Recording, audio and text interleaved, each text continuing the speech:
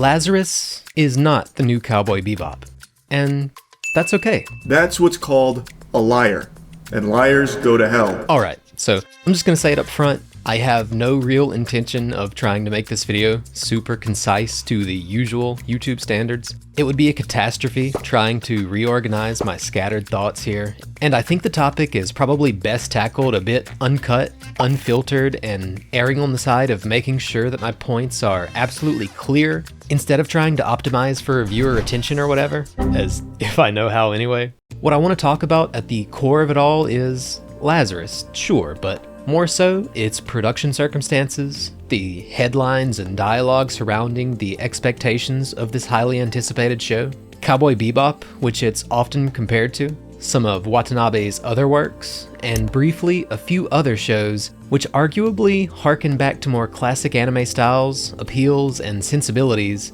perhaps even a bit more so in some ways than Watanabe's actual new show. In pursuit of that, I'm probably going to wind up yapping on and on for a while about some concepts that are perhaps a bit vague, ethereal, and difficult to define, and some points which might already just be obvious to some of you. Tangent is a noun and it means going off the main subject.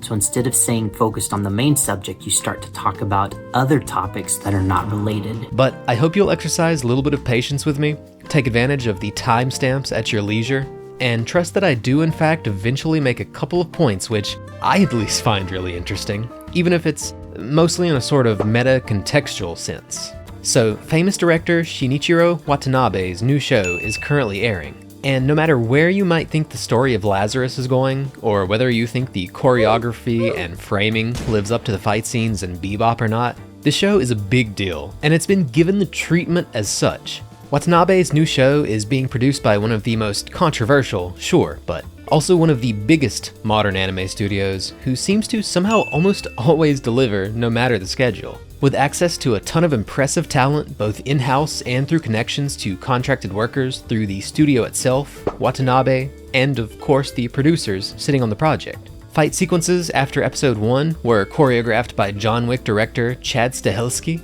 Its OST is a collaboration between Kamasi Washington, Bonobo, and Floating Points, and it's airing first on Adult Swim Toonami of all things, with backing of course from Cartoon Network, later streaming on HBO Max. So there's a lot of money and a lot of support behind this project. This show gave me the opportunity to pursue significant collaborations, one of which was collaborating with Chad Stahelski, the director of John Wick, working with us to create the action choreography. As part of their service, they even shot live-action fight sequences for us. When that happened, we were a bit concerned about how much this project was going to cost us.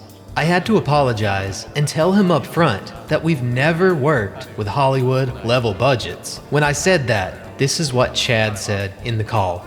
Don't worry about the costs. Cowboy Bebop and Samurai Champloo have inspired me for years. Let me do this for you.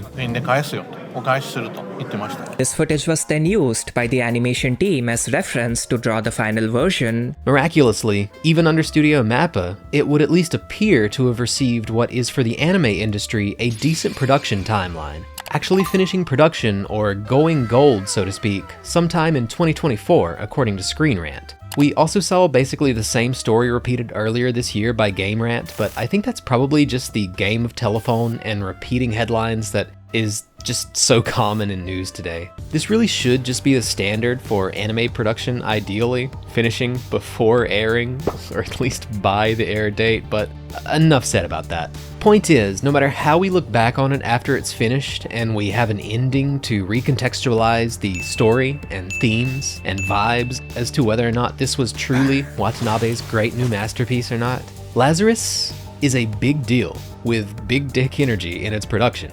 But is it actually any good? Okay, so I've watched a few episodes of Lazarus, 5 to be precise as of now, and I am basically enjoying the show so far. Oh, and don't worry, I will be covering the entire show in extensive detail before this hour-plus long monstrosity of a video is over with. It's still too early to say whether or not I'll look back on it in the long run with that feeling of, soul food, which Shinichiro Watanabe often brings to the table, and I do have my doubts occasionally, with my overall thoughts on the story so far basically just being, it's fine.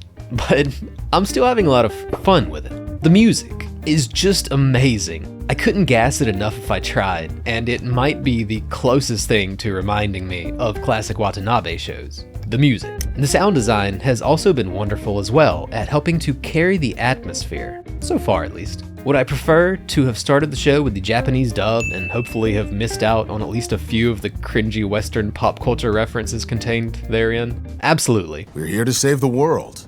Oh, so basically we're superheroes. That's cool. We're like the Avengers or something.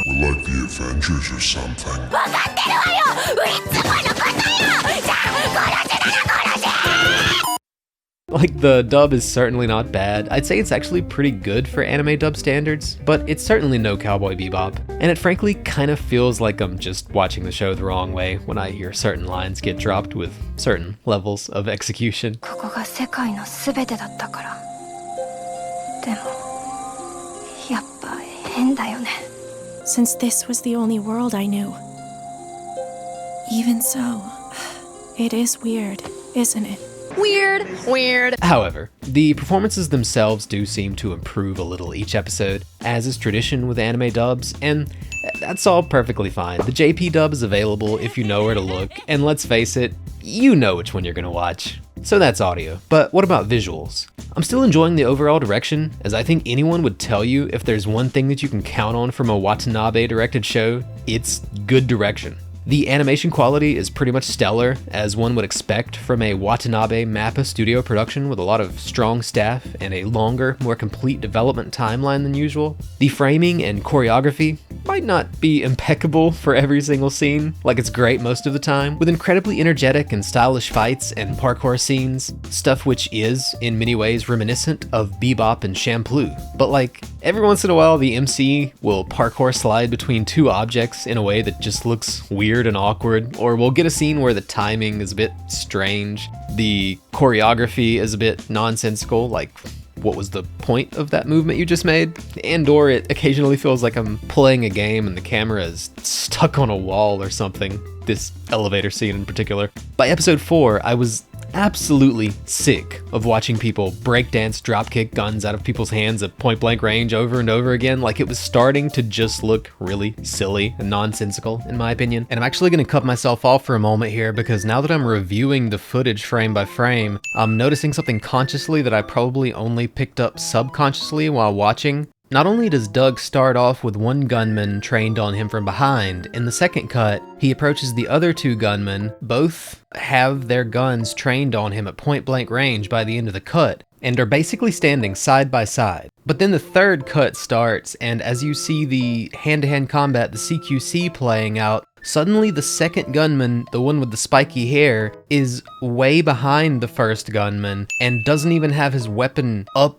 trying to train it on Doug anymore. What were they thinking? Like, the shots are lined up for them in an inconsistent and unrealistic way to allow them to pull off these moves. And it just leads to the whole thing sort of subconsciously looking awkward, like it shouldn't work. And it's because it doesn't. Like, characters change positions suddenly from cut to cut. Episode 4 was easily the best looking episode so far. Anyway, moving on. Back to the original script. By episode 4, I was absolutely sick of watching people breakdance dropkick guns out of people's hands at point blank range over and over again. Like, it was starting to just look really silly and nonsensical in my opinion. But that was also just about the time that the team decided it was time to procure some heat, so to speak. Just as it was broken, my disbelief was resuspended. Literally right in the nick of time. Regardless of these nitpicks, it's incredibly entertaining to watch, especially the hand-to-hand combat. With energetic character action, dynamic cameras tracking the movement, characters playing off of each other and the environments in fun, flashy ways. I said, hold up, wait a minute. Okay, but actually this scene in particular also makes absolutely no sense. Like, there are two of them, and they have two guns. They could just stand back to back and gun everyone down. It's literally that simple, but instead they have to flail around in this nonsensical dancing gunfight mating ritual because it's supposed to look cool. ただのアクションではなくて、すごくリアリティが感じるアクションの Also, why does he need to pull her forward to shoot the dude she's already aiming at? Also, why is said dude trying to pistol whip them instead of just shooting them from a distance? Also, how is it that we cut to the reverse shot and now they're shooting at a totally different dude? Look at these two people. This dude has a mullet and glasses and a chain around his neck. And that's a novel look. This is the very next cut and it's just a different freaking dude. What were they thinking? Executed nearly flawlessly. Brain cells committing suicide. There's lots of great character acting for exposition scenes. Most of them, at least. You know, you've still got the simple shot, reverse shot, lip flap animations, but the backgrounds are densely detailed and sometimes really do have somewhat of that cozy, painterly, lived-in texture to them, which absolutely does occasionally evoke a sense of nostalgic anime style. Although it's not ever present or overdone, in my opinion at least, there's lots of parallax camera trickery and mixtures of 2D and 3D background elements to maintain a mostly constant sense of movement, even when characters are just sitting around or starting to explore a new environment. There's a lot of beautifully flashy digital layering effects. Also, even the CG that is there blends in a lot better from cut to cut than I honestly expected it to. Not perfect, but really good. Most of the time, anyway. What were they thinking with this shitload of fuck? And 3D background characters walking around in my so-called new Cowboy Bebop. Why are we still here? Just to suffer?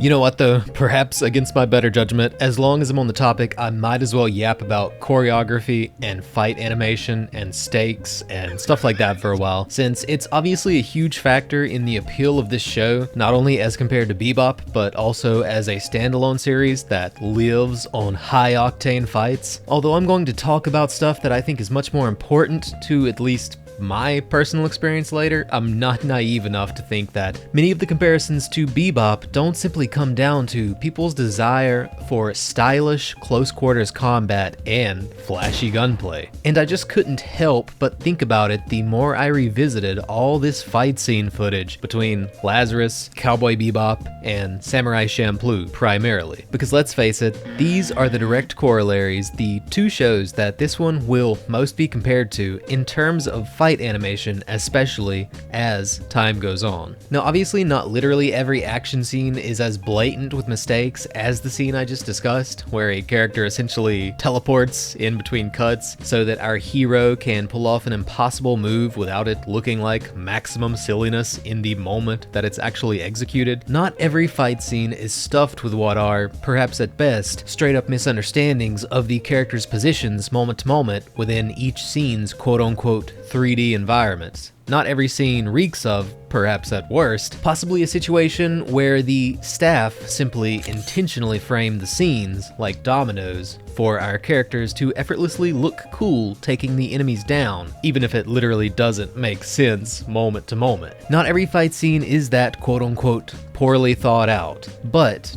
watching Lazarus often feels like, instead of seeing interesting, well-choreographed fights unfold naturally in these scenes, we kind of just watch the storyboarder, the directors, and the animators line up shots for the characters to knock them down effortlessly, with style, but with no sense of weight or effort or stakes. I would rather convince you that I'm solving problems that don't exist. That's more fun. Axel being the primary suspect of this most heinous crime to my new Bebop experience. Lazarus's main fights just don't have that much weight to them overall, which both Bebop and Champloo have plenty of. Watching Lazarus, it seldom, if ever, feels as if Axel is ever really challenged, or anyone is ever really challenged for that matter, outside of Hacker Girl in that one episode where she fought Bubblegum Raindrop or whatever she was called. Huh?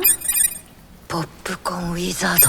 The way that Axel is able to walk into the front door of a heavily guarded building and literally just shrug off anything that comes his way. It lacks something that I feel this show really needed. Throw Axel in an elevator with 3 dudes and a lady who are armed, and he'll come out without a scratch using his bare hands. And I don't know how to feel about that. Spike and Mugen, on the other hand, are obviously both incredibly fast, tough, and resilient, but they still get hurt all the time, often pretty badly, and they've all lost fights. Gene may dodge a bullet or two, which is a little absurd, like much of the action in all of these shows, admittedly, but he'll also often take every advantage he can get, and even arguably fight a little bit dirty if the situation necessitates it, such as gutting someone from their blind spot and waiting for them to bleed out, because they have a gun. And he does this even in one-on-one fights, not just the big group fights where he's overwhelmed by sheer numbers. They all have their moments where they're able to handle entire groups of people, sure, especially when they're enraged, so to speak, such as this iconic fight scene from Bebop. But on frequent occasions, just one competent person is able to challenge them, drive them to flee, or even beat them in some cases. Don't kill him! I'm over halfway through Lazarus now, so when is Axel gonna get a boss fight? When is he gonna be challenged or really get hurt? When am I gonna have to worry about him? When is some big burly bad guy gonna pick him up by his face and really make us feel like for a moment something could actually go wrong? When is Axel going to be put in a situation where some serious force is required on his part? Or when maybe he's forced to do something a little more unconscionable? Is the assassin in the upcoming episode going to be literally the only fight in the show that feels like it required any effort, assuming that it does? Oh, you're having a bad day? Did you die? I got shot. But did you die? Because there are only 3 episodes left before this rodeo is over. Yes, I'm finally about to get to the fight with the assassin as I write this little addendum. Yeah, this little addendum. I have just met Mr. Death on 2 Legs, who only knows steak and killing. And he's all out of steak. Oh boy, here I go killing again.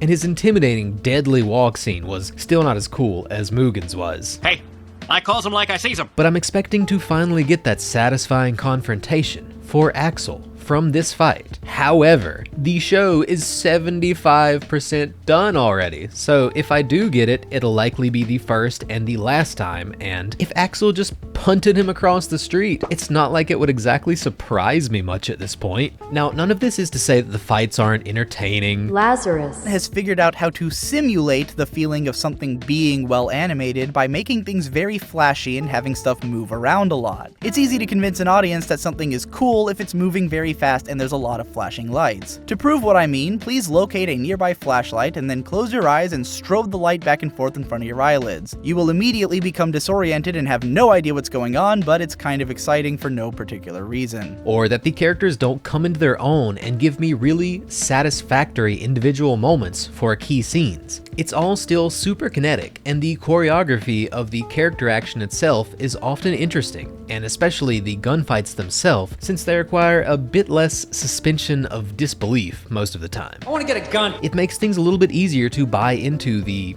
very ridiculous, over-the-top action when our heroes are packing heat. But it just feels like, overall, there were so many opportunities to make things feel more satisfying with injuries and weight and stakes and effort and struggle, none of which were really there. And there were occasionally even moments when the effortlessness of the confrontations felt manufactured. Like, instead of enjoying the fights, I was unfortunately just sitting back and going, yeah, I see what you did there. Could have made it a little less obvious. I feel like there is also a similar issue that has started to affect my appreciation of his parkour scenes, unfortunately. I feel like at times those scenes are perhaps a bit, once again, just too effortless. Like, obviously he's supposed to be the monkey man parkour master and all. He literally enters his first scene backflipping multiple times to greet his jailer of all people. But I do feel some sense that the show is supposed to be grounded and have some sense of genuine weight to it. This is not a fantasy show. It doesn't take place in some strange, inhuman alternate reality. It takes place in the real world, in the real America. Hold up, this can't be the real America. They got a woman as the president. Also, is this Stacey Abrams? Anyway. So shouldn't he have at least a little trouble pulling these moves off? Could we get like a close-up shot of him exerting real effort, at least flexing his muscles and showing off just how ripped he would have to be to pull off these moves, gritting his teeth or something as he struggles a little, as he reverse scales multiple stories of scaffoldings as he's getting chased by multiple drones? No, he just flings himself down the side of a building effortlessly within seconds. I have no doubt this dude probably could, as old Blondie implied, based on what I've witnessed, just scale a building barehanded if he wanted to. Just like Spider-Man. Daniel's search is taking him to India to meet a man who can climb anything at lightning speed. Even more exciting is a guy called Jyoti Raj. I don't know if I'm pronouncing that correctly. He was on Stanley's Superhumans, and he's called the real monkey man. And the reason for this is because he can climb like a monkey. He apparently observed monkeys climbing and wanted to learn to climb like them. And he moves in this incredible, inhuman way. He spins around upside down. He makes incredible leaps, fantastic dinos, and to the point where it appears superhuman. Just like Spider-Man. At times, I guess I feel like Lazarus doesn't really know whether it wants to be a realistic show or not when it comes to its fights and its parkour and its set pieces. And hey, it's anime. I know this is a silly thing to complain about, and it's not the sort of thing that I would typically complain about in most anime, but it drives me a little bit crazy in this show for some reason. Moment to moment, I'm not sure if it's supposed to be grounded or if the characters are supposed to basically have superpowers. And if the writers wanted the characters to have superpowers, I wish the writers would just give them superpowers. Like Spider-Man. Instead of trying to play this weird middle ground in a show that is constantly reminding us that it is trying to be realistic and grounded. It's trying to comment on real world events and phenomenon. A lot of people are comparing Lazarus to shows like Cowboy Bebop and Champloo for obvious reasons, Watanabe above all, but I think it's closer to shows like Licorice Recoil, or perhaps more accurately in the live action realm, the newer Fast and the Furious movies. You know, the ones after they jumped the shark and went totally off the deep end. Like, it's fun when it's fun, but it's also the kind of show that occasionally leaves me sitting straight-faced in my chair thinking, man, that was some bull. What was that? And obviously I know that a lot of people are going to find me using Licorice Recoil as a negative comparison point to be totally ridiculous, since the show is wildly successful, but I had similar issues with both. So no offense to the folks who do indeed think that Licorice Recoil is the greatest modern anime original series, and I'll explain my overall gripes with that series at length on another day. Much of that is totally irrelevant here. But I do think talking about it will help me better explain my more general gripes. And key to this comparison is that I just found the gunplay of Licorice Recoil impossible to take seriously as the so-called John Wick of anime, or whatever. I mean, we've got a chick who dodges bullets at point blank range and never misses a shot. She's so good at fights that she fights militia level fighters with the equivalent of a paintball gun. Even though she's basically a 5-foot-tall femoid, she's so threatening that grown men with assault rifles forget how to aim in her presence. And sometimes it kind of just feels like the way she moves around and reacts to threats and set pieces feel like map packs or just, you know,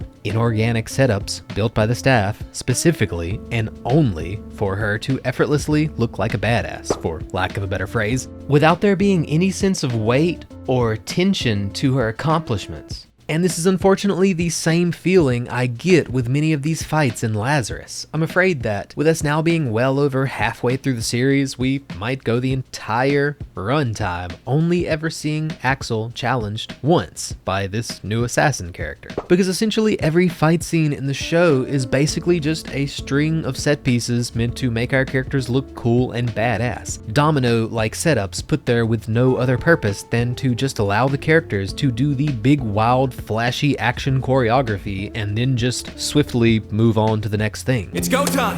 And so we wind up with scenes that have a lot of flash and flare and dynamism and kinetic energy and active camera work and somewhat interesting direction, but no weight, no stakes, and none of that defining sensation that some of the fights are actually higher tension than the other inconsequential ones, where our characters kind of just mop up the mobs or the ads, so to speak. Because literally every fight up until the assassin entered has been exactly that. A flashy string of set pieces where the main characters just mop up some boring, limp-wristed mobs who are completely incompetent and ineffectual in giving our heroes any real challenge. And ironically, I'm just thinking about this in the moment, but that's exactly what the assassin's test fight was. Just the other way around. Just one dude mopping up the ads. No matter what happens, Axel just seems to shrug it off as if it's all unimportant. And so for me too, it all naturally feels unimportant. And what feels really weird for me is that this level of glazing on Axel as a character feels like it's supposed to put him on the same level, or really above, hardened badasses like Spike and Mugen and Jean. But those guys were all trained killers and masters of their weapons. Why is Axel capable of doing this no matter who he faces? Seemingly, frankly, infuriatingly even one-upping the level of effectiveness that those other classic characters had, escaping essentially every fight unarmed. Why? Because he's really good at parkour and prison escapes? I just have more problems with the fights the more I think about them, and revisiting them in comparison to footage from the other two shows, they feel more and more like scenes and set pieces, and character positions are just arbitrarily, without any real sense of reason or flow or cohesion or intention, just set up like pegs for our main characters to effortlessly knock down. And it looks cool while they're doing it, I guess, but yeah, in short, much like Fast and the Furious or Licorice Recoil, the action is obviously a lot of fun, but it's also definitely a bunch of bullshit that is often just very difficult to take seriously on any level whatsoever, even for the freaking standards of anime. And for me, that amounts to fight scenes that are fun and flashy, but are 100% not satisfying when compared to the masterful, weighty action sequences that we got in Bebop and Champloo, and so many other series over the years. Anyway, I think I've made my point, even if it's a stupid, long-winded, repetitive point, but yeah, let's get back to the video, shall we? The characters are fun enough, growing on me little by little, and even if I think that the global politics, climate change, big pharma, AI, cryptocurrency, and by the way, bro has mastered the art of trading like I mean, look at all these losses. This is a character who's supposed to be showing off his wealth at a party, is all wrapped up with hackers who are supposed to be extremely good with AI, and they say explicitly that all the trading is done with AI and expound that they just let AI do the trading and watch millions of dollars move by the second. He is even later found out to be engaged in insider trading, but when we get a look at what I would first assume is his brokerage account, his stock trading app, precisely where he would be tracking these gains and losses on his phone, most of the stocks shown are losses. And the only significant gain is literally just matching what the standard S&P 500 fund does essentially every year already, during normal years with no active trading. Pump those numbers up, those are rookie numbers in this racket. And I can already hear someone saying, yeah, but this might just be a generic list of stocks. Like he said, he was just checking Delta's losses, right? Okay, setting aside the fact that this is absolutely the kind of dude who would be checking his own gains on his phone purely for the dopamine kick, just like me for real.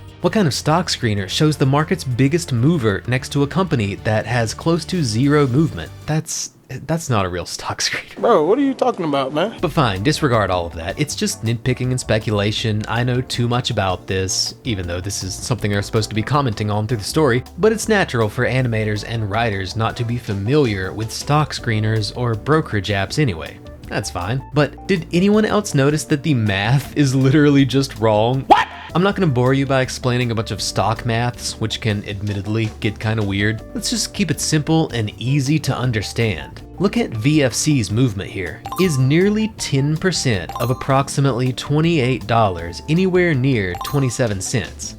I'll give you a second. Nearly 10% of approximately $28.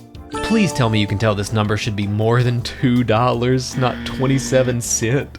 But who cares about VFC? Let's look at Delta, the most important company in the show. Surely they would pay a little attention to this. The stock is allegedly down by $4.50 and is now at $5.99. So let's add those two together to get $10.49. Now, $10.49 times 35.5% should be 3.72. That's not $4.50. I went right to a pen and paper. Like, what are you doing?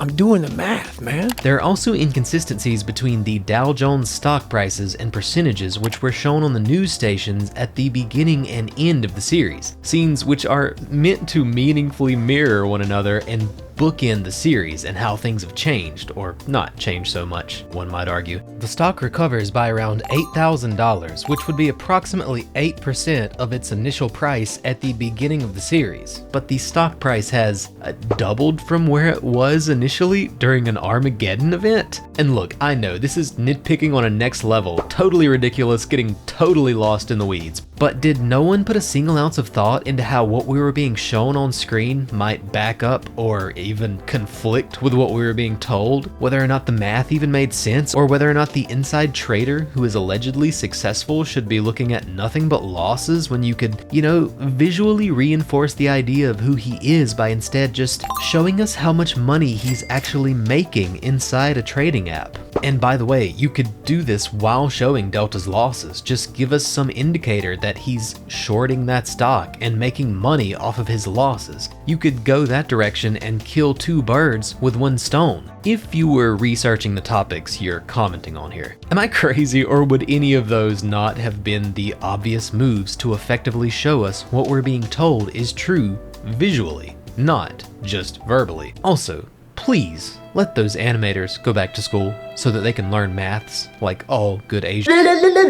Who are we talking about? Global politics, climate change, big pharma, AI, cryptocurrency, and even potential identity politics. I'm kidding, of course, it really wasn't that bad. Not nearly as bad as those CG backgrounds anyway.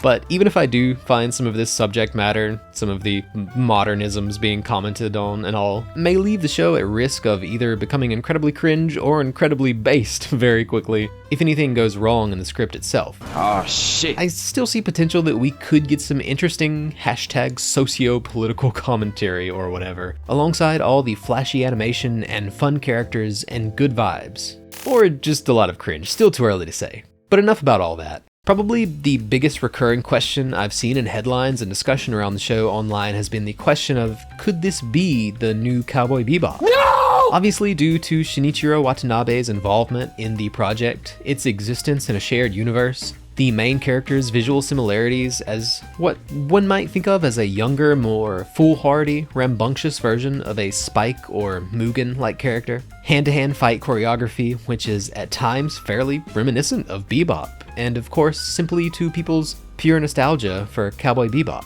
yearning for the tastes and stylings of decades past classics in general. And who can blame them? It's one of the greatest shows of all time, and the 90s anime aesthetic is just freaking awesome. Timeless even. But I felt this question was a bit silly for a few reasons, and I'm always afraid of people going in with super high expectations, but more than anything, just unspecific or misleading expectations. Firstly, I personally think that shows like Kowloon Generic Romance, Orb on the Movements of the Earth, Vinland Saga, Heavenly Delusion, and The Apothecary Diaries all evoke that sense of nostalgia, at least for me, fairly well, and are arguably closer in aesthetic and/or narrative sensibilities to what I think most people are actually looking for when they say this. Outside of those who just want more Bebop fights, of course. But with plenty of others that I think would be worth listing if we loosen the criteria to just shows that appeal to old school anime styles and sensibilities in one way or another, from one genre or another. Are there as many shows reminiscent of the classics today as I'd like? No way. But there are a few here and there, and I think many of them are quite good, much better than people give them credit for. And one of those is airing right now, this season. Kowloon Generic Romance. Now, to save myself from going on another lengthy rant about it, I already have a video on my first impressions after all, so feel free to check that out if you want, but I'm just gonna lightly paraphrase one of my commenters because I think he did a great job of just kind of getting down to the brass tacks of this comparison. So, shout out to Eben Green. I quote, "For what it's worth, I know Lazarus has claim on being Cowboy Bebop's heir due to the actual talent behind it. But from my perspective, Kowloon Generic Romance is the actual heir to Cowboy Bebop this season, with high-level character writing, an unshakable sense of setting, a clear understanding of its own storytelling mission/goals, even if that's not necessarily clear to the audience yet. And appropriately, because of nostalgia, a relevant theme to the show itself, it absolutely looks like a 90s anime, from episode start to episode's end. I have every confidence that the show will stick the story's landing and deliver on its so far excellent execution, and it might end up being an actual, underrated modern classic when all is said and done. Yeah, I gotta outsource to my commenters more often. And I absolutely agree. Even if it doesn't feature the big bombastic, high-energy, hand-to-hand fight scenes of Bebop or Lazarus, the show absolutely looks more 90s than Lazarus, without any of those sudden immersion-breaking moments where obvious out-of-place CG elements are all over the screen, blemishing the more traditional, old-school vibes. But even just generally speaking, Lazarus has a mostly fairly clean, modern anime kind of aesthetic. Just with more realistic anatomy, way better character designs and backgrounds than most modern shows, and obviously way better direction, more dynamic action, very active choreography, and just lots of polish and movement across the board. And speaking of polish, I do think, outside of occasionally outstanding painterly backgrounds, obviously the usual bright, pristine, clean look and texture of Lazarus' aesthetic is a big part of what makes it look so much different than Cowboy Bebop and so many of the classics that folks are understandably nostalgic for. One might also argue that the active movement consistent throughout many scenes is also a departure from Bebop, remembered for so many of its dynamic fight scenes, but also featuring many beautifully rendered steel frames that you just kind of stew on for a moment. And to be fair, this isn't necessarily a bad thing at all. It's really just the natural evolution of the stylings of more recent Watanabe shows like Space Dandy, Carole and Tuesday, and maybe to a lesser degree, Terror and Resonance. It's not like it doesn't look like a Watanabe show, it just doesn't necessarily look so much like it's calling back to classic stylings, as much as many people seem to hope and imply, instead simply evolving the modern stylings associated with Watanabe shows. But Cowboy Bebop is rough, grainy, full of steel frames, often washed out and just a bit darker overall than most modern shows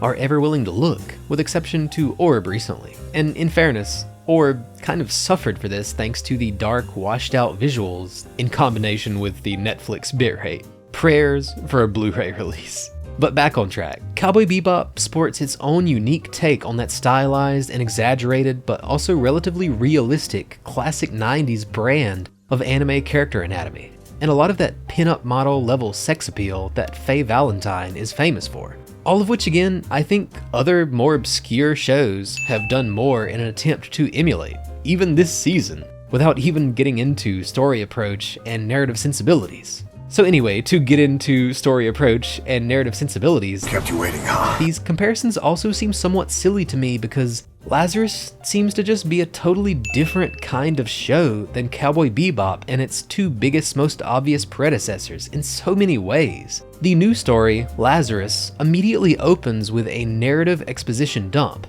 going over lore about the story, world, tech, ongoing trends, etc. This trend of narrative exposition dumps is repeated on a smaller scale and character-centric basis for each subsequent episode thus far. The show establishes the basis for the long-term premise pretty much immediately, and makes it pretty much crystal clear before the first episode is out, and absolutely crystal clear exactly what the rest of the show is going to look like by episode 2 or 3, depending on how quickly you catch on. Somewhat episodic location visiting and character-centric adventures, but all with a focus on finding Dr. Skinner and saving the world. A goal far removed from anything that Spike, Mugen, or Dandy ever really concerned themselves with. And this is all totally different from how Bebop opens, with the most cold open introduction possible to a dramatic but self-contained Adventure of the Week episode. Okay, to be fair, there is that little 45-second flashback intro sequence at the very beginning of the first episode, but there's no dialogue. Everything substantive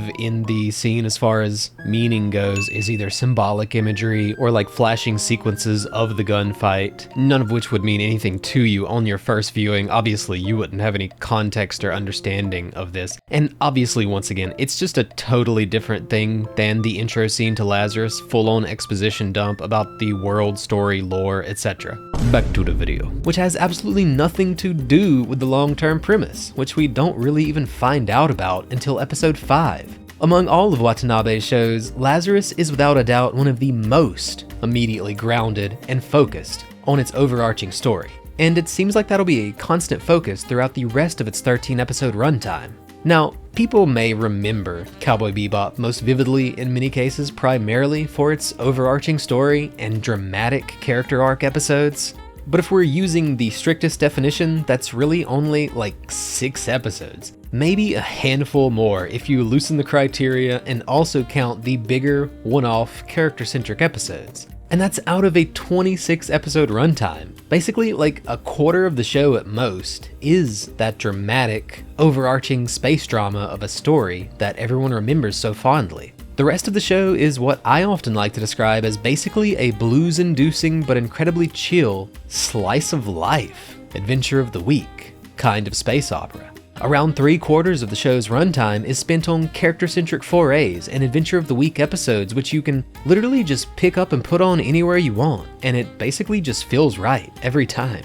There's even an episode where all of the characters ostensibly die. And so they all passed away, everyone. And then just kind of come back the next episode like nothing happened, South Park style. If you already know these characters, picking up almost any random episode of Cowboy Bebop doesn't necessarily feel like you're watching something out of order, devoid of any necessary context to any overarching plots or emotional character arcs. The vast majority of these episodes are mostly self-contained and can basically just stand on their own, assuming you simply know who the main characters are. That's pretty much it. And once again, this is, in many ways, quite literally the opposite approach to telling a story when compared to Lazarus, at least thus far. And this looser, more episodic approach is the one that Cowboy Bebop, Space Dandy, and arguably Samurai Champloo all take, where most episodes have little to nothing to do with the overarching plot. It seems to me that essentially all of Watanabe's best, most highly regarded classics are not shows about people trying to save the world or whatever on some big, focused, grand adventure. They're shows which all but completely ignore their own plots, stories where the characters exist organically in well thought out worlds, and kind of just stumble or wander into the adventures that make up their life stories. And I don't think that Lazarus is that. So we have Cowboy Bebop, a story about bounty hunters trying to make it big so they can afford better food and in some cases just gamble the money away when they do finally get a hold of it. Actively running from their pasts, because the past is where the dramatic, emotional story that everyone remembers so well is at. A past and a story that eventually, simply, inevitably, catches up with the core cast, whether they want to carry that weight or not. Champloo, a story about two wandering samurai who just want to make some easy money and settle their duel as warriors, but get caught up in Fu's story over and over by completely unintentional coincidence and necessity. So, the three of you have traveled all this way together? Well, it just kind of worked out that way. Space Dandy, a show about another bounty hunter who just happens to kind of wander into his life's great adventures. Not trying to do anything grand with his life at all, just being a dandy kind of dude. Just trying to make an extra buck so that he can keep feeding his addiction to space hooters. All three are almost entirely composed of episodic adventures, with the long-term story mostly only ever found in the peripheral vision, so to speak, with core characters who are mostly either indifferent to or actively running from those core, overarching stories. What's ironic is we do kind of have a cast of characters similar to this in Lazarus, but some people have pointed out that even this might be at odds with this polar opposite kind of story and approach to stakes. After all, we do have our nonchalant characters who have that similar vibe of simply floating through life, criminals and loners who have all spent much of their lives on the run, but they're on a desperate timetable to save the world and still show little to no urgency about it. That part's not necessarily my opinion. What? Not an issue I have with it, but I have heard others echo this, and I can understand why some take an issue with it.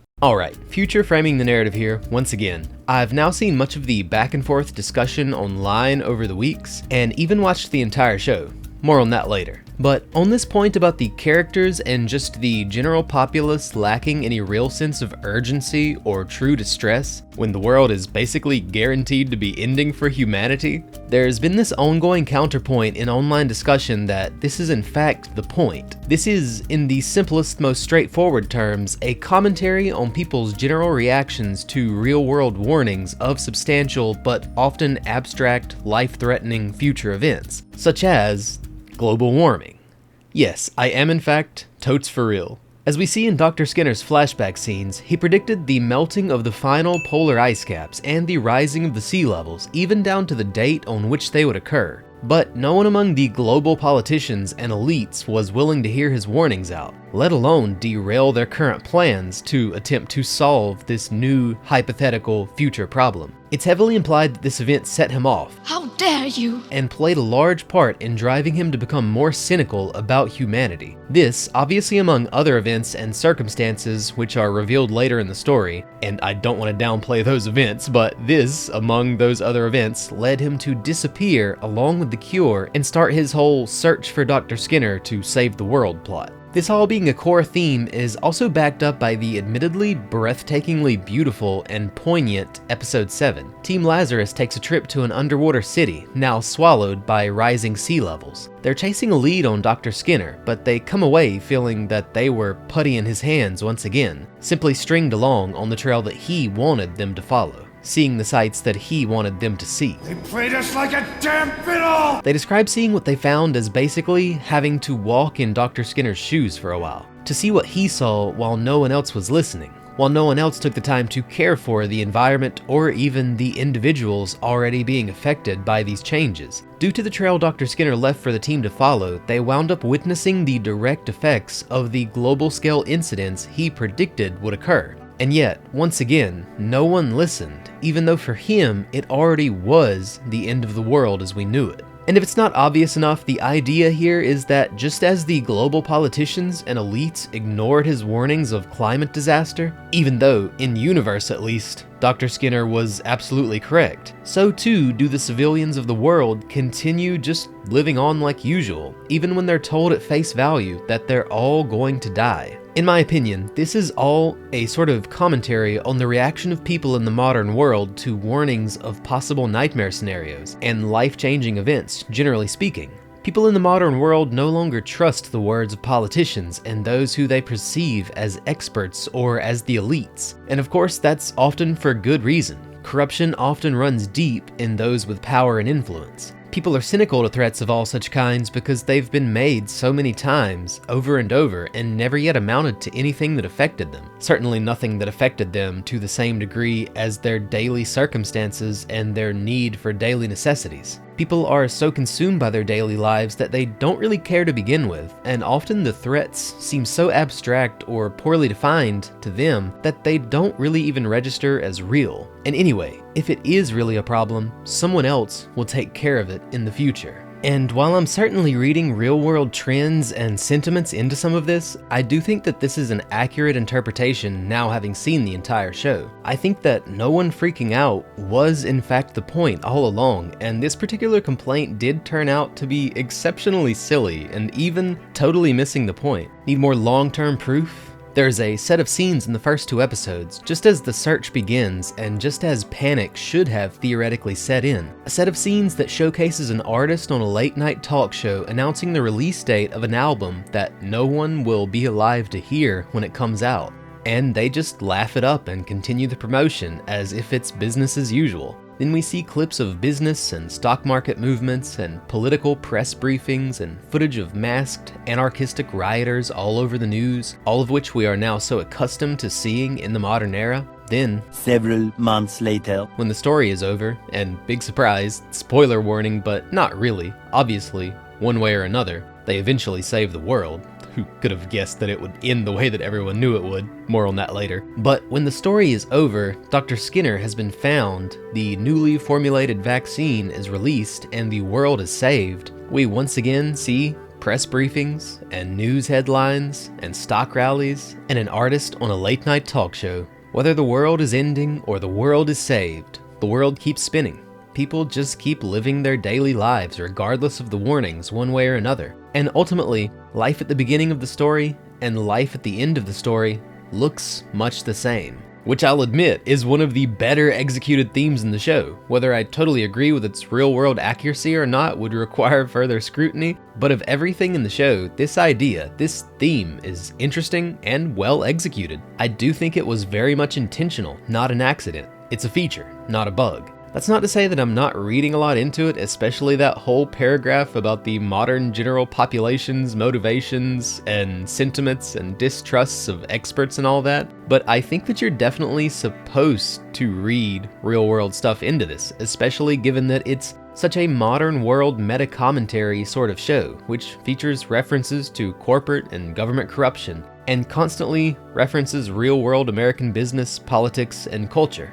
Now, do I actually agree with the profundity of this theme thing? I don't know. I mean, I don't trust experts or elites either, and I too have become somewhat callous and cynical to the never-ending attempts to capture our attention with predictions of Armageddon-like events and impending financial crisis and the like. So I can certainly see the other side of the argument just as well, but perhaps that's part of the point, and that's not necessarily important to my interpretation or my appreciation of these subtle yet clear themes, which were probably better executed on than anything else in the show.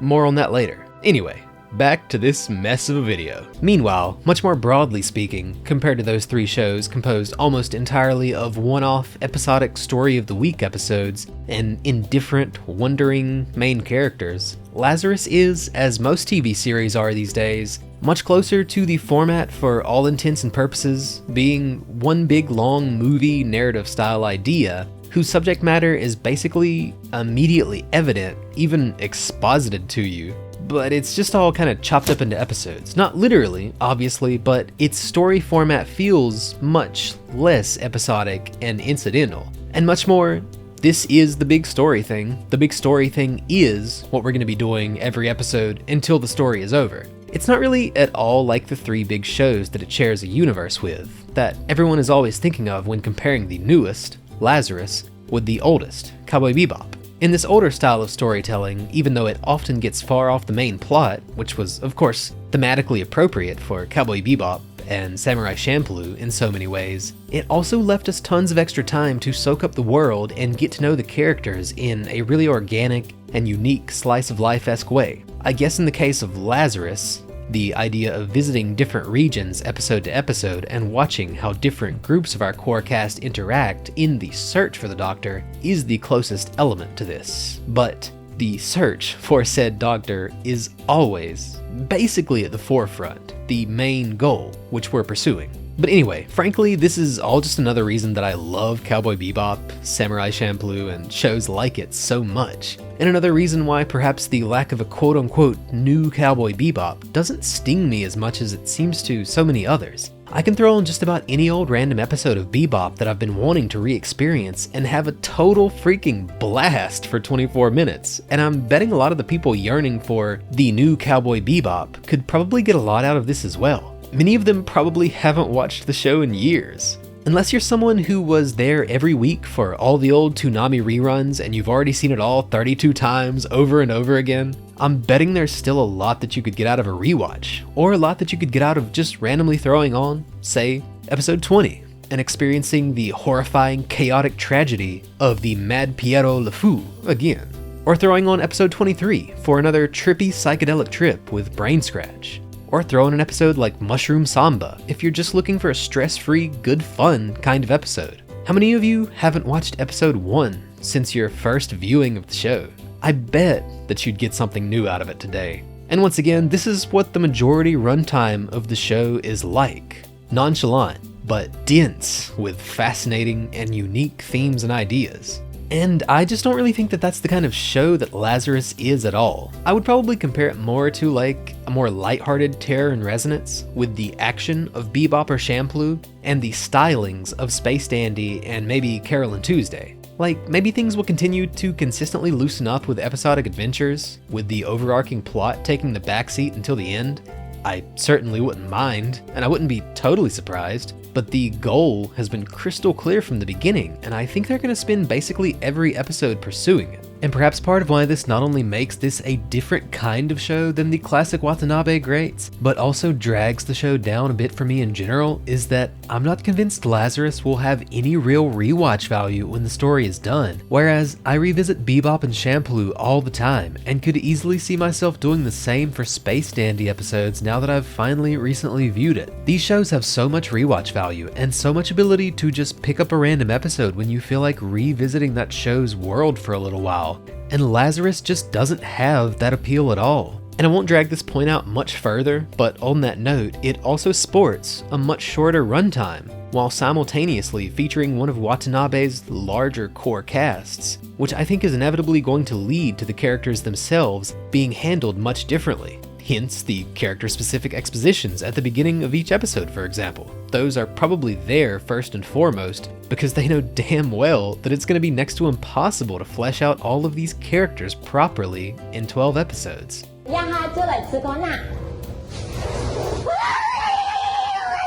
A few weeks later. Well, I just finished watching Lazarus. I watched the final episode about 20 minutes or so ago, and since this is probably going to be the last set of positive remarks that I have for the show, to be honest, I'd like to first acknowledge that the final episode was pretty good, right? It was one of the better written episodes of the show, even if there were a few moments that left me with that feeling of, oh, how convenient. There were certainly some elements that felt like they were just kind of combining the Cowboy Bebop finale and the Terror and Resonance finale in this final confrontation, but that wasn't really a problem because the fight animation was beautiful.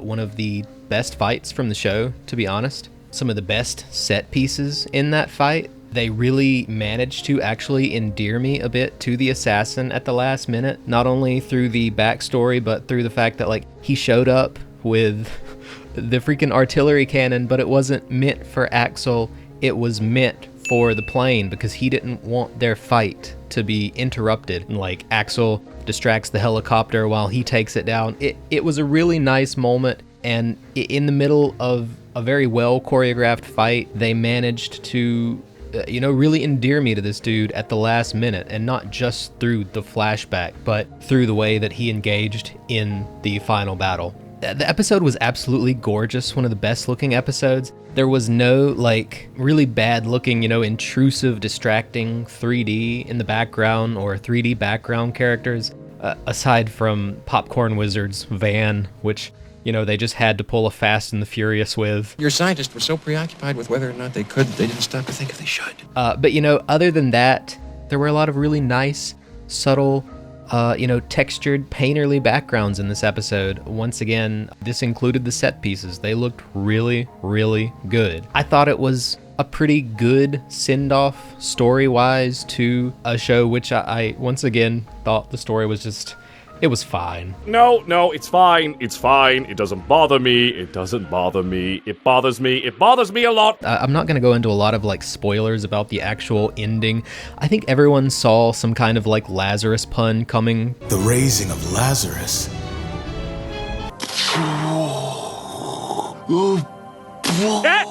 He said it! He said it! Whether or not that was going to be what I kind of figured, everyone's going to die and they're all just going to come back because it was all by design. It wasn't that. It was this idea that even if they hadn't found Skinner, they had all been exposed to the bioterror incident already. They kind of just pulled that one out of nowhere, that they all happened to be there for that incident, but it happened to give them all the antibodies, basically. Essentially, you all died and then came back to life. Who could have seen this coming? I think anyone could have seen this coming. I don't think it was necessarily a bad thing, but kind of predictable, like much of the stuff in the last episode. Once again, not that big of a deal, just conveniences, predictable things, and coincidences of not the worst kinds, but, not the better kinds. It's not incidental the way that, characters in the other three shows I've been talking about sort of just wander into their adventures and into their situations in already well-defined and organic worlds with unique world building, where events unfold naturally through an interaction between said world and main characters. Worlds which use elements of the real world as inspiration for exploring deeper, more universal ideas, not as a full-on template for what is basically just a surface-level deep caricature of a random assortment of weird modern Western political topics. Lots of things throughout the show feel... You ever have that moment where you're watching a police procedural or a hospital drama and they've come to the end of their rope, they've got no more leads, no one knows where to go with the story, and then someone's like, hey guys, we got computer systems, there's new data that just came back, so now we can continue with the story. How convenient is that? Wow. You know, it's got that feeling like, sure, it's realistic, but you also definitely just pulled that out of your rear end. It's got a lot of those moments. And I forgot to mention this, but my least favorite version of this is actually from episode 10. Basically, the team is stumped because they've figured out that Dr. Skinner had a heart transplant or some kind of heart surgery, and they know that his heart is being tracked, and they know that this is, you know, like a very unique surgery to have occurred on someone. Only a select few people would have gotten this, and only a select few, like kind of secret underground surgery operations that are highly confidential could have possibly partaken in this surgery, and only extremely important people would even know, like, who does these surgeries. So Leland just like suddenly changes his clothes and he's like, oh yeah guys, I never mentioned this before, but actually I'm a prince who abandoned his family line, but I just so happen to come from exactly the right line of royalty so that I can get us the hookup to the surgeon who worked on Dr. Skinner. Oh, well, isn't that convenient? How does it feel to have lived long enough to see all of your favorite franchises go down in flames? No, it's fine. It's fine. It was fine. That's really all I could give it. You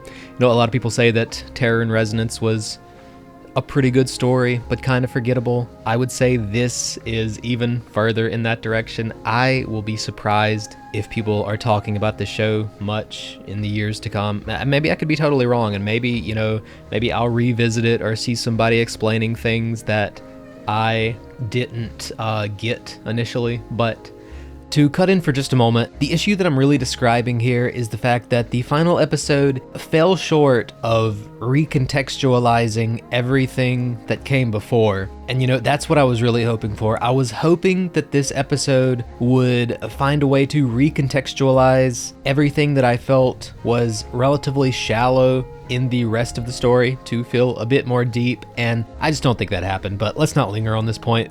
Moving on. I'm obviously spinning my wheels on that. Let's get to the actual meat and potatoes of it all. So, you know, some people will consider this unfair with all the comparisons throughout the video, but while I was finishing up Lazarus, I decided to also finish up my rewatch of Samurai Champloo, and I also rewatched a few of my favorite Cowboy Bebop episodes. I didn't rewatch all of that because it hasn't been that long since I rewatched it anyway. It's pretty fresh on my mind.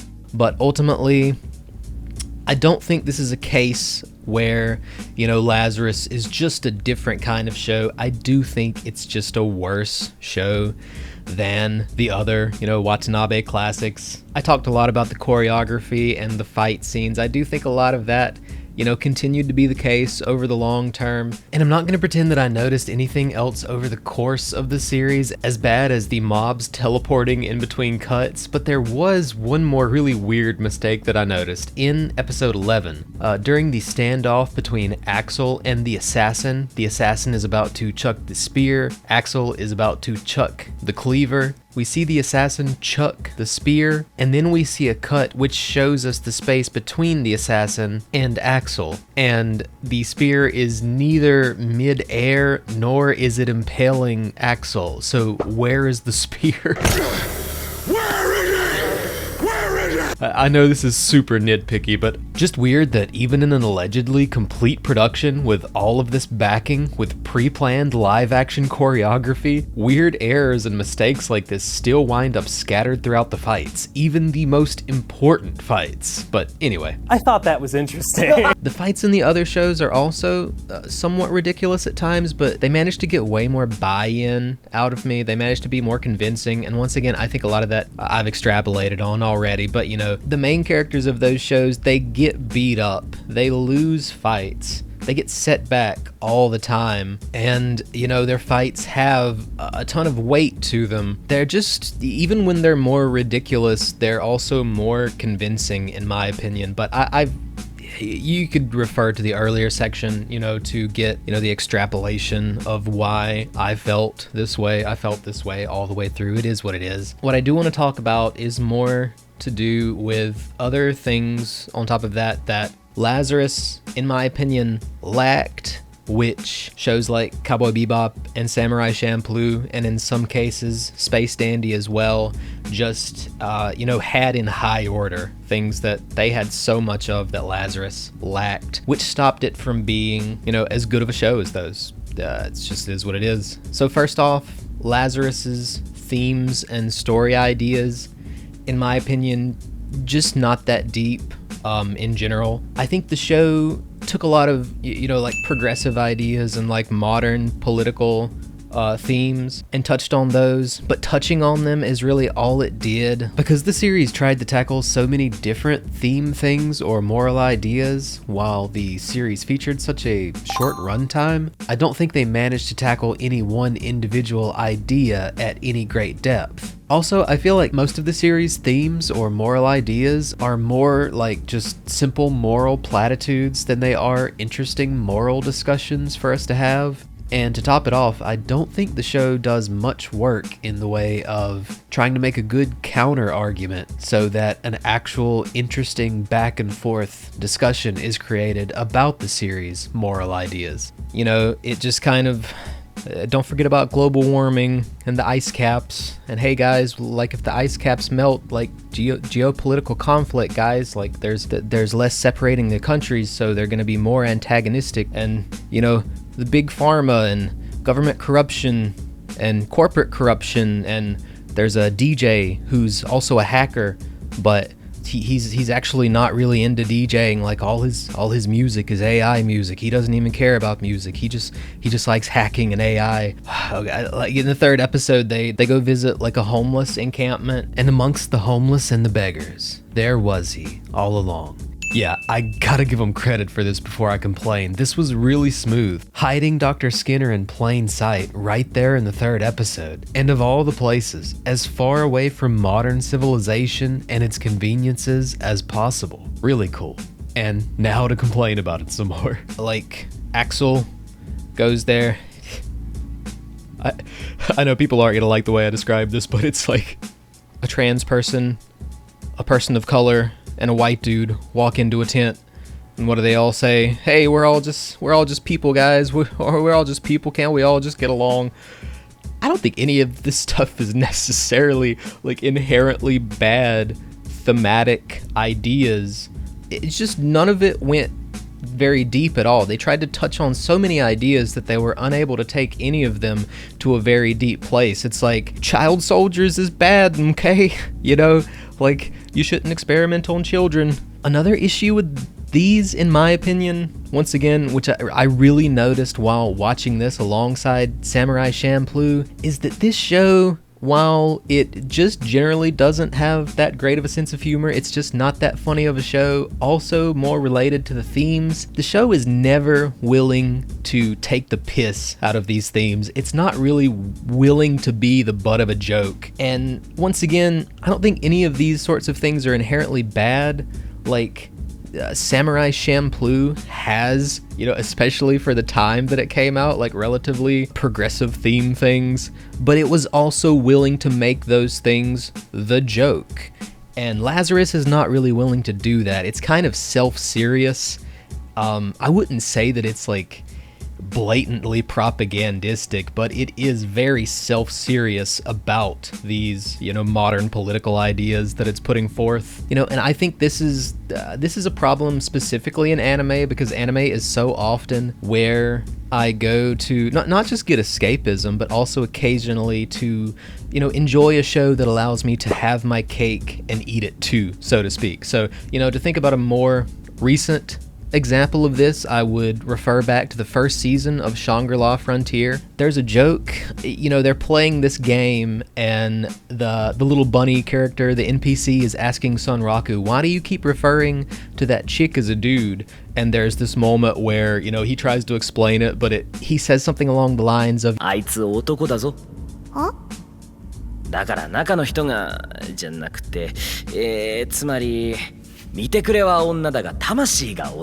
it's one of those moments where, like, on one hand, if you're looking for representation, you get it here, but you also get a really funny meta gamer joke. And if that's all you want to perceive it as, you're really given permission by the way that the joke is written to do that. You get whatever you want out of it, which is once again the same thing that Samurai Champloo had in so many cases.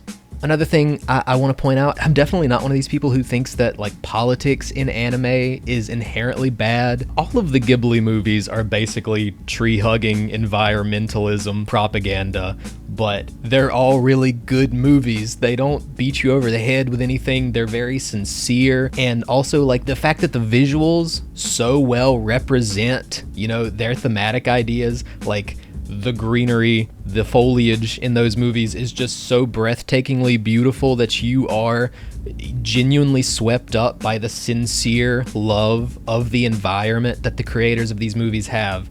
Another totally different example would be Psycho-Pass. Psycho-Pass is one of my favorite shows of all time, and that show is all about political philosophy.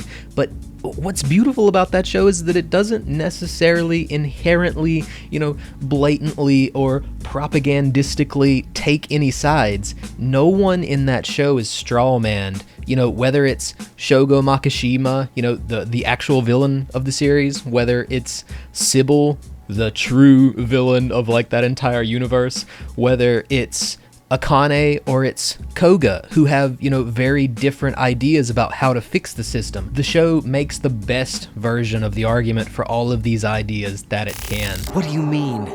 Human memories, ideas, culture, history. Genes don't contain any record of human history. Is it something that should not be passed on? Should that information be left at the mercy of nature? We've always kept records of our lives, through words, pictures, symbols, from tablets to books. But not all the information was inherited by later generations. A small percentage of the whole was selected and processed, then passed on. Not unlike genes, really. That's what history is, Jack.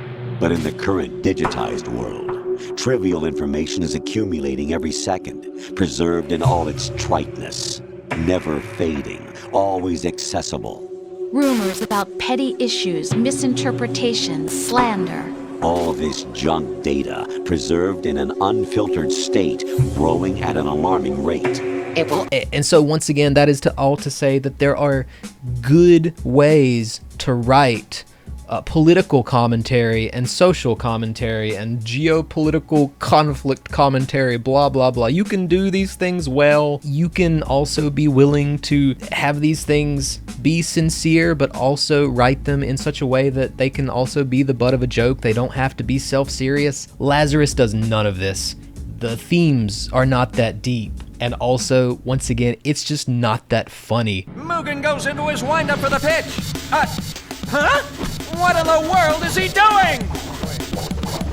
What the hell? Here's another thing, and I know people will get mad about me complaining about this, but once again, watching this alongside Samurai Champloo and Cowboy Bebop and Space Dandy all here recently, Lazarus, it just has no sex appeal. So many moments where it has attractive female character designs and attractive male character designs, and it has scenes where obviously the most obvious one is the scene, I think in episode 7, where Chris is just out swimming because they're trying to figure out what's going on in these sunken cities. It's the perfect opportunity to draw Chris looking as sexy as she possibly could be, and they just fumble the ball. I mean, we do have the one shot of her throwing her hair back, which looks great, but we've also got like an entire multi-minute scene of easily the most conventionally attractive character in the show swimming around in a bright yellow two-piece, and somehow she just ends up looking derpy most of the time. Like, this was the opportunity to inject some sex appeal into the show, and yet frankly the close-up shots of Elena just like smirking confidently wind up looking more alluring than any of these. The perfect opportunity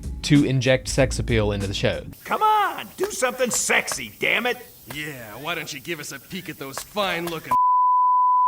Just another element that this show is almost completely devoid of, that all of the earlier Watanabe works have in spades. And once again, watching this alongside these other 3 shows that all have wonderful fan service for the females and occasionally really good fan service for the males as well, to look at this one, it just doesn't really have it. And once again, I'll understand if people think this is a silly thing to complain about, but this is part of a bigger problem. Once again, the show's fights are flashy, but they're not really as deep as they seem. The show's not very funny, its themes aren't very deep, they're not willing to take the piss out of them, it can't be the butt of its own joke. All of the characters, the extent of their depth is that they're all kind of loners and runaways and criminals, but they're all just exceedingly perfect at their job, so you never really get the sense that they're in trouble, no matter what situation they're in. And together, this forms a show, not that deep of a story, flashy fights that aren't as deep as they seem, it's not that funny, it's not that sexy. It just... I've got nothing left! I've got nothing left!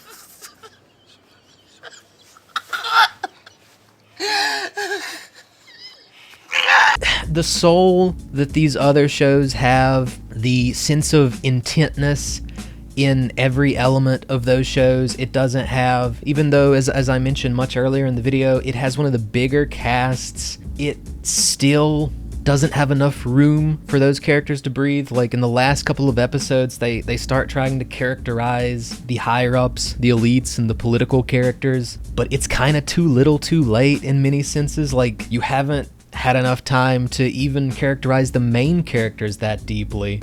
And once again, it's just like, a lot of this definitely comes down to, in my opinion, not Watanabe. This is a premise that could have been executed on well, probably if it had a better script writer, probably if the show was a little bit longer and had more room to breathe and we had more time to naturally get to know the characters, if it had had more room to, you know, have those episodic elements that all the other shows I've been watching have in spades. There's just so much about this show that makes it, as I've said over and over again, fine. It's fine.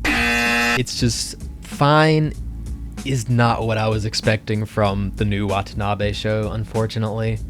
I've talked on and on endlessly about the fights, but I have to just turn around to this again to say it's kind of shocking that I've felt so unsatisfied with them, because Watanabe is a great director. All of his shows with fight scenes have had great fights. The John Wick director, Chad Stahelski, I think was his name, he worked on this show, but once again, his other material also has better fights than this. Like, the John Wick fights are better than this.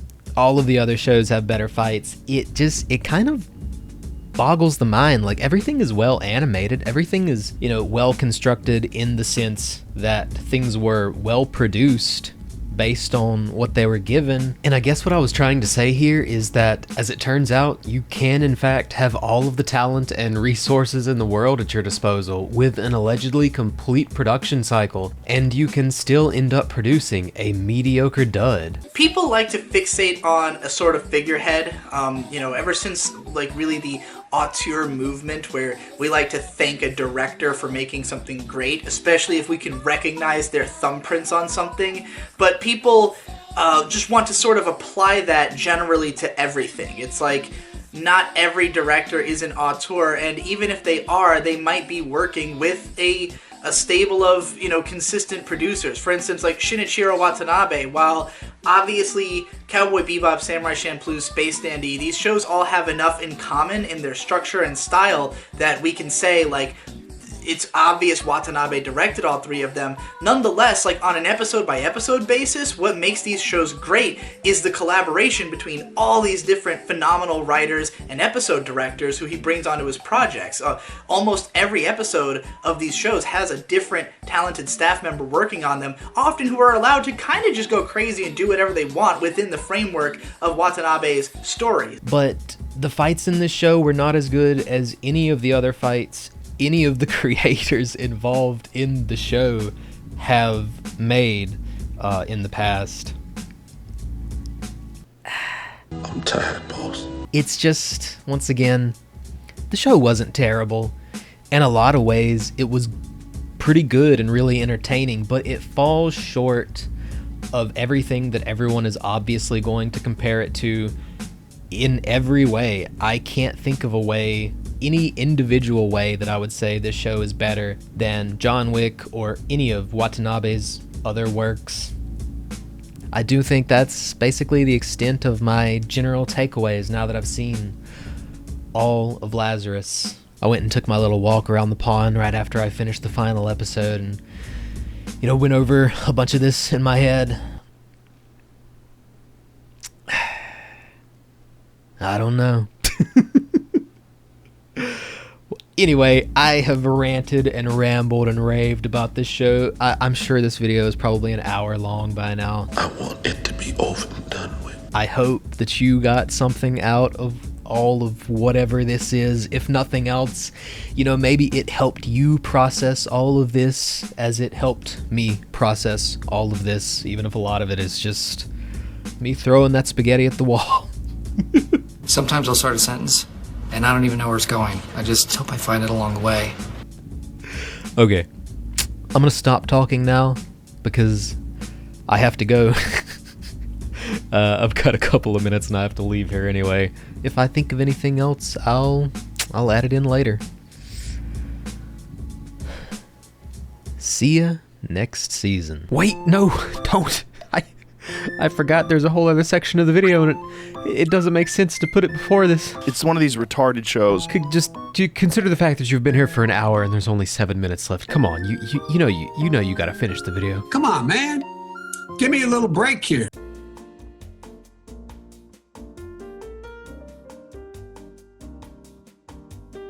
And honestly, that's all fine. Liar. Like, I'd be as excited as anyone else if Watanabe came out with a project that looked and felt, above all, to be emulating the narrative and aesthetic tastes of the past, and once again returning to his most episodic format of show. But I think the most important thing that folks like Watanabe and the talent pools that their reputation is able to pull together should be trying to accomplish is to just pull together a creative team of skilled artists and create their next best thing, whatever that might be. I don't know if that'll be Lazarus in the long run, and I think it certainly has a few small holes already, in my opinion, but I think in the long run, Lazarus will just be something else, something new and different, for better or for worse. And that's fine, because Cowboy Bebop will always be waiting for you to sit down and soak up its breathtaking vibes again for a little while, assuming you've got it on Blu-ray like me anyway. And of course, so will shows like Samurai Champloo and other totally unrelated shows from other genres. Your Mushishis and your Hidamari sketches, just whatever fun, classic, episodic, or slow-burning stuff that you're into. And that's without getting into the many old obscure series and OVAs and the like that some folks waiting on the new Cowboy Bebop have likely never watched or even heard of. And frankly, maybe I'm too hopeful in this regard, but I also can't help but sense a slowly emerging outgrowth of other, newer shows that appeal to old school anime sensibilities over the recent decade. Or maybe it was always this way and I just never really thought about it, but I think this makes sense as a trend. With so many other mediums online appealing to people's sense of nostalgia for old school art, and so many mediums falling back to sequels, remakes, remasters, etc., for better or for worse. And of course, with the endless torrent of isekai shows seeming to reach what I would describe as a pinnacle of absurdity, represented best perhaps by their continually shared meta-concepts, genre-wide sense of accepted video game logic and even language, like characters matter-of-factly mentioning levels and classes and stereotypical video game locales and concepts and the like, etc. And with so many excellent satirical takes on the genre overtaking the popularity of the actual sincere isekais over the years. Konosuba and The Eminence in Shadow both come to mind. I'm sure production committees seeking endless pools of cheap, safe throwaway anime will resist any change and continue trying to pump out endless well springs of generic, safe, predictable, cheap, barely even iterative content. But I really do think that the level of absurdity that has been reached by those sorts of shows, coming out in the dozens each season, can only last so long, can only signal an inevitable reverse of trends. Eventually. Probably. It's been 84 years. And obviously the best thing you can do if you do want to see the next Cowboy Bebop, whatever that might actually be to you, is to show your support when shows with those narrative and aesthetic tastes and sensibilities do show up in kind. You know, whatever that looks like to you, whether it be Kowloon generic romance, or Orb on the Movements of the Earth, or Heavenly Delusion, or Vinland Saga, or DIY, Attack on Titan, maybe the Science Saru projects like Aizuken Dandadan, or the upcoming Ghost in the Shell adaptation, or the upcoming Virgin Punk film series by the director of Kite and Mezzoforte, if you're looking for some 90s anime OVA style sex and hyperviolence. Or shows like Made in Abyss, Mushoku Tensei, Frieren, and Dungeon Meshi, which, isekai or not, have sort of traditional fantasy appeals. Or even fan service shows like Gushing Over Magical Girls or Interspecies Reviewers, which do everything that so many modern ecchi shows sanitize and shy away from when adapting their source materials. Or, obviously, if you have a completely, totally different perspective to mine and you do see Lazarus, or anything else for that matter, as that kind of show.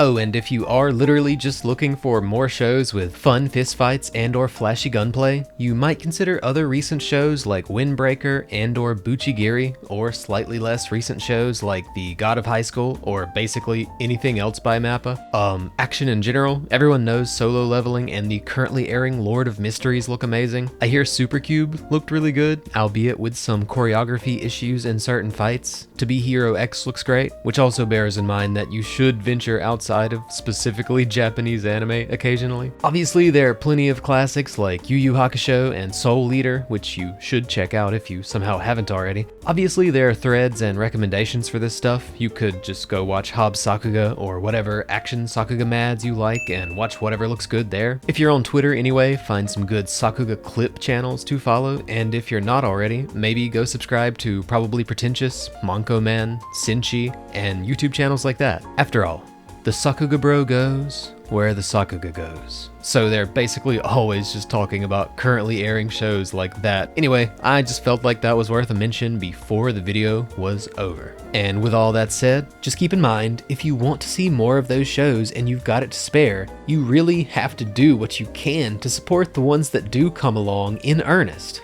when they come along, whatever they might be. Obviously, for me, that's mostly buying Blu-rays and merch where available, because obviously they aren't always available. The only substantial way I can really support Heavenly Delusion is probably to buy merch or order the Japanese Blu-rays after all, but whatever helps prove demand for what you're looking for, right? Just be aware, as usual, that whatever money you provide is not going to animators and staff. That's just not how licensing in this industry works. But at the very least, you can provide targeted support to the kinds of productions that you want to see more of. And I do absolutely think that this is best accomplished by methods outside of streaming where available. Because most of the money that you're giving to streaming services is paying for the most expensive licenses, which are going to be the big shonens. We all know this. But anyway, let's not get off on a tangent or get off pressuring anyone to spend money that they don't have. You're not obligated. Take care of yourself first. Anyway, to wrap things up, at risk of repeating myself again, I don't think Lazarus is necessarily the new Cowboy Bebop. I swear, you're the dumbest guy I've ever known. But I also don't necessarily think that that's really a problem. But I could always be missing something. I'm at risk of being wrong at any time. Opinions are subject to change without warning and all that. That's there for a reason. Do you think for some reason that this is indeed the closest corollary that we have to the classic shows that everyone misses? Or do you maybe think that this whole discussion is vapid and pointless? Let me know why in the comments. I'd be interested to read more from the discussion around this, because it is kind of just fascinating in a sort of meta-contextual way. But anyway. 当たり前じゃんよ。バーン